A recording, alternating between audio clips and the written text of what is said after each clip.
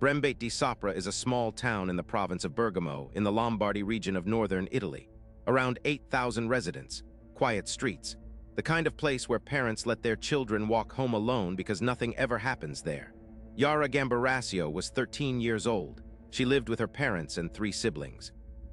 She was a competitive rhythmic gymnast, training several times a week at the Centro Sportivo Polivalente, the local sports center, just a few hundred meters from her front door.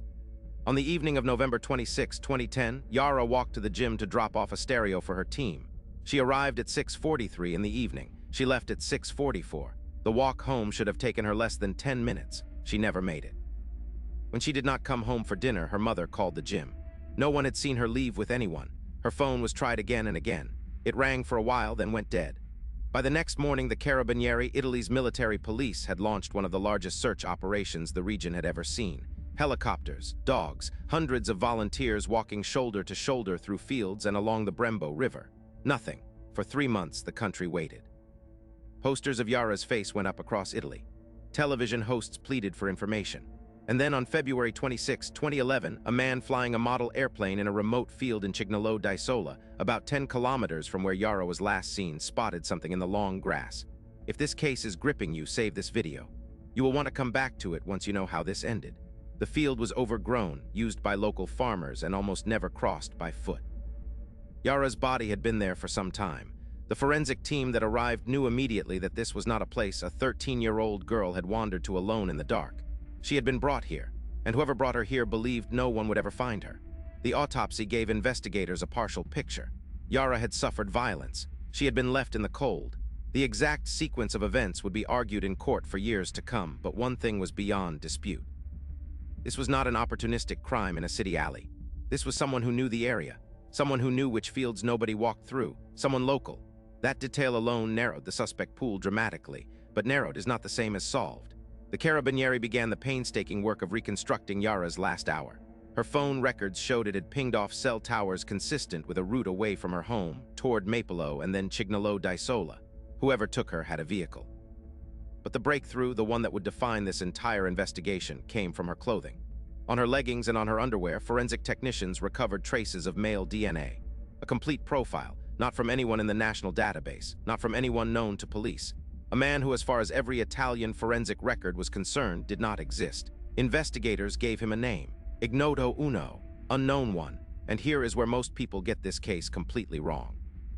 They imagine the police simply ran the DNA through a computer and got a hit. That is not what happened.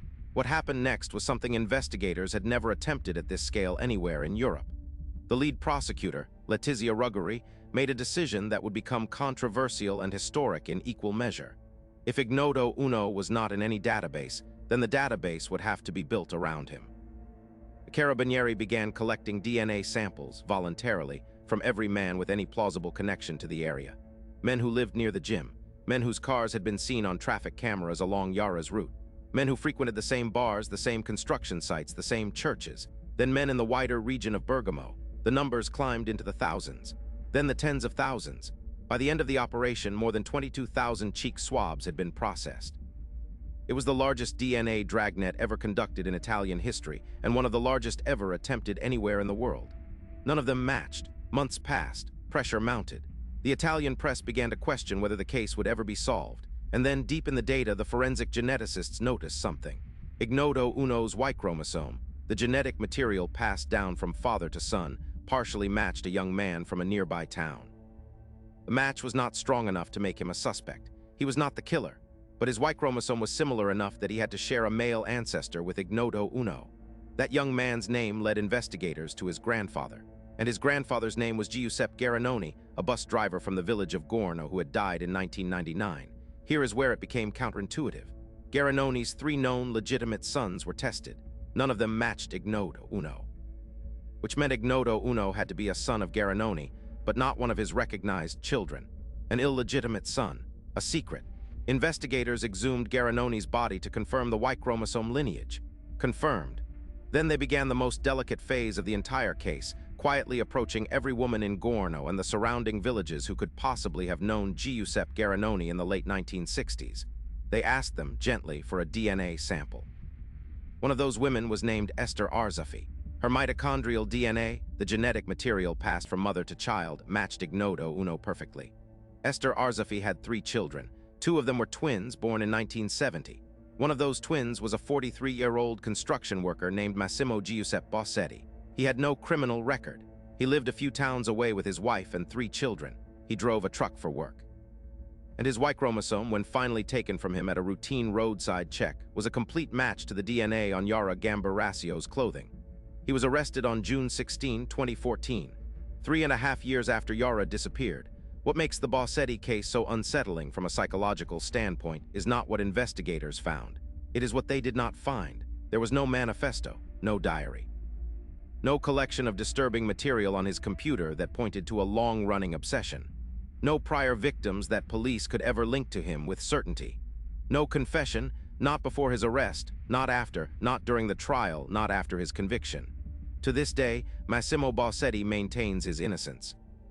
Criminologists who studied the case point to what is sometimes called the unremarkable offender, a perpetrator whose outward life is so ordinary that no profile, no behavioral red flag, no neighborhood whisper ever raises suspicion.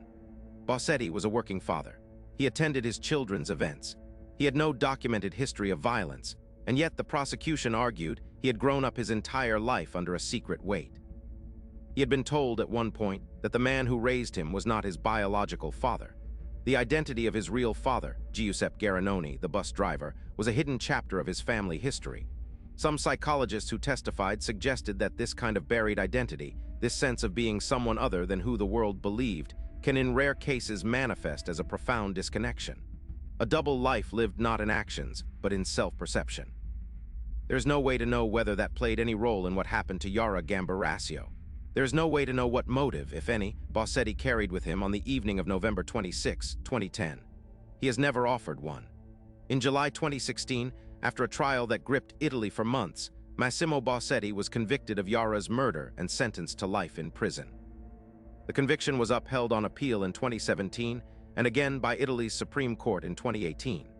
His legal team has continued to file requests for the original DNA evidence to be retested by independent laboratories. Those requests have, so far, been denied or contested for years, and that ongoing dispute is the final detail that makes this case so unsettling. Because if the DNA was wrong, 22,000 swabs and a 4-year investigation built the wrong man's prison cell. And if the DNA was right, then a quiet construction worker with no criminal history walked among his neighbors for 43 years carrying a secret nobody could see. CTA 1213 Min. If you have made it this far, you understand why the Yara Gambarassio case is studied in forensic textbooks across Europe. It is the case that proved a single fragment of DNA, combined with patient genealogical reconstruction, can reach across generations to find a name nobody knew to look for. If cases like this one, cold trails cracked by science, secrets buried for decades, are what you came here for, subscribe and hit the bell icon. A new case every day. And drop in the comments, if you were the prosecutor, would you have authorized 22,000 DNA tests on innocent men to find one killer? I want to know where you draw that line, but that is only half the story. Because the question of what those 22,000 swabs meant for civil liberties in Italy, that is a conversation that is still happening today. The next part is where most people get this completely wrong. Outro 1315 Min.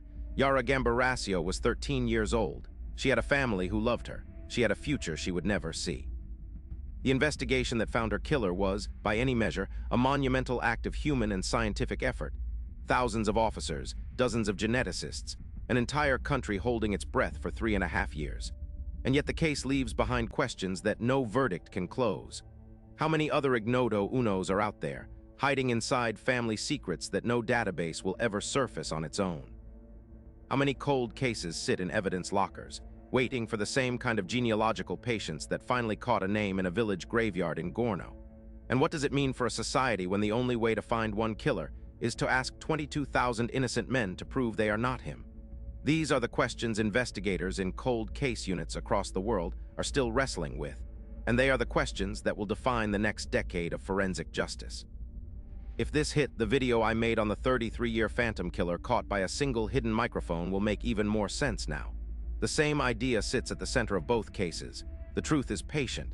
It waits for the science to catch up. Italy, November 2010. 13-year-old Yara Gambarassio walked 700 meters home from her gymnastics practice in Brembate di Sopra and vanished. 3 months later, her body was found in a remote field, with a fragment of male DNA on her clothing belonging to a man who appeared in no database, no record, no police file. Investigators called him Ignoto Uno, Unknown One. What followed was the largest forensic dragnet in European history: 22,000 DNA tests, 4 years of laboratory work, and a family tree reconstructed from an exhumed grave. This is the full story of how Italian investigators tracked a killer through 3 generations of hidden family secrets, and the unsettling questions the case still leaves behind. 0000, the detail that started everything. 45 Brembeti Sopra, November 26, 2010. 03, the body in the field. 06, Ignoto Uno and the DNA dragnet. 09, the unremarkable offender. 12, what this case really means. Subscribe and hit the bell icon for a new case every day. True crime, cold case, Yara Gambarasio, forensic science, crime dossier.